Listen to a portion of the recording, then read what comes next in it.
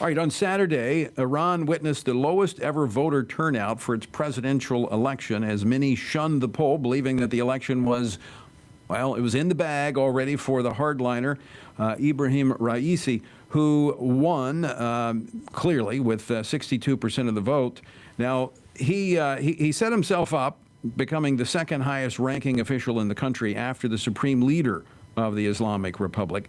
Now the Biden administration is in a position where it may have to lift the sanctions against Raisi to resume negotiations over Iran's nuclear program if a deal cannot be made before Raisi takes office in early August. Now on Sunday, Israel's new prime minister, Naftali Bennett, described Raisi's win as a final wake-up call for world leaders. Listen to what he had to say.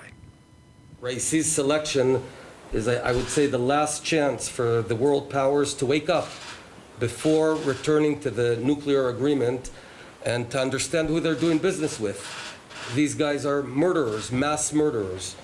A regime of brutal hangmen must never be allowed to have weapons of mass destruction that will enable it to not to kill thousands, but millions.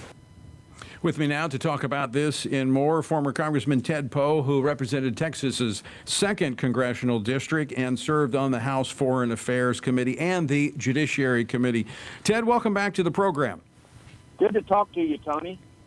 You know, Ted, you and I traveled to Israel together a number of years ago. Is Prime Minister Bennett's take on this correct? Absolutely correct. Let's just remember what the foreign policy of the Ayatollah is. Number one, destroy Israel. Number two, destroy America. That foreign policy has never changed in all these many years, and that's the plan. And now we've got a president who's not only sanctioned, talking about the Iranian president, sanctioned by our country, but it was a rigged election. The Ayatollah picked all the people to run. Interesting enough that the government used social media and canceled all the opponents that were on social media. Interesting what's happening in Iran and the U.S. But anyway, he is a real bad guy, and so much so that, like I said, been sanctioned by our own country. And I think sanctions, of course, we should not ever get back into this treaty that we finally got out of.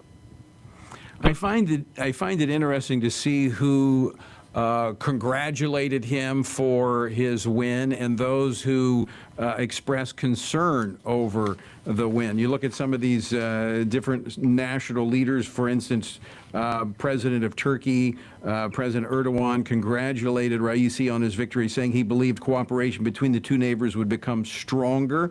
He said, I am ready to work with you.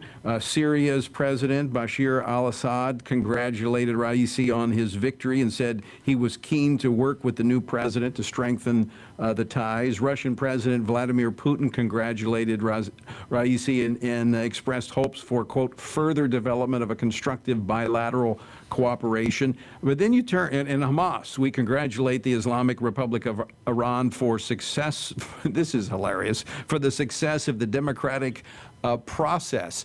You know, when you look at everyone who's praising the outcome, it should tell you something. Absolutely. It's a band of thieves, all of them, and they are really evildoers, and they're just congratulating each other and Iran in continuing their quest for nuclear weapons and to be the biggest dog in the valley over in the Middle East. And then you have all of these usual suspects who are not friends of the United States. They are not friends of Israel. They are not friends of freedom.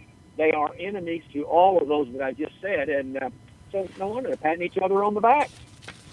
Now, as I mentioned, Raisi has been sanctioned by the U.S. government in his role as the chief judge there in Iran for crimes against humanity, murder, enforced disappearance, and torture. And yesterday, Jake Sullivan asked about this on one of the Sunday shows, whether or not in the negotiations they would drop these sanctions against him in order to reach a deal. What kind of message does that send to the tyrants and terrorists of the world?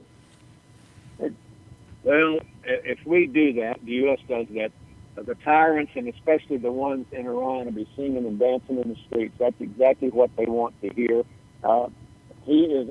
This Raisi is a very bad person. He is pulled over in his judicial system Iranian dissidents, good folks in Iran, and they disappear. They go to the jail for no reason at all. That's why he was sanctioned. He ought to stay sanctioned, and the United States needs to back up and say, wait a minute, we're not going to deal with this guy. Otherwise, long term, it's going to be bad news for the U.S. and bad news, of course, for Israel as well. You bring up an also very important point. When we talk about Iran, we need to separate the Iranian people from the regime that runs the country. We're abandoning those freedom-loving, desiring people there in Iran that are hoping America will stand firm with its sanctions, which is hurting the economy, which is putting greater internal pressure on this regime.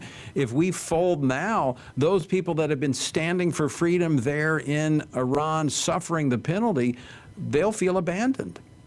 They will be abandoned if we do that, and their persecution will increase if we them and support the new president.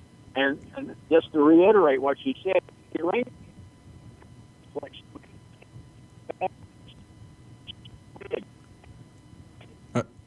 Ted, I think we may have you faded out on us. I think we lost you there. Let's see if we can get you back.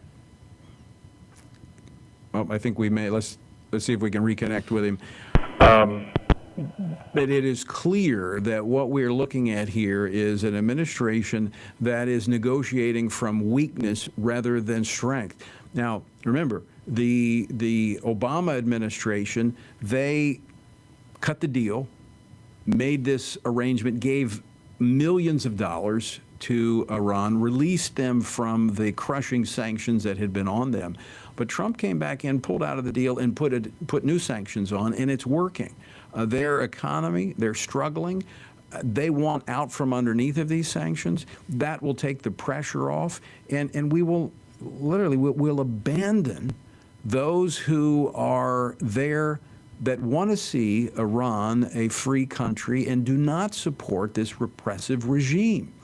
Not to mention, as I said a moment ago, not to reiterate, I guess I will, that this sends a horrible message to the tyrants of the world that, look, go ahead and do what you want, abuse people, torture people, kill people, make them disappear, put them in prison. But if you get to a point and you get nuclear weapons, we'll negotiate with you and we'll remove the sanctions from you personally and from your country because, this is what we want to focus on. Why should we trust these leaders in Iran to keep their word? You can't. And look, the mindset in the Middle East, what they understand is power, is forcefulness, is strength, not weakness, which is what this administration, I believe, is communicating.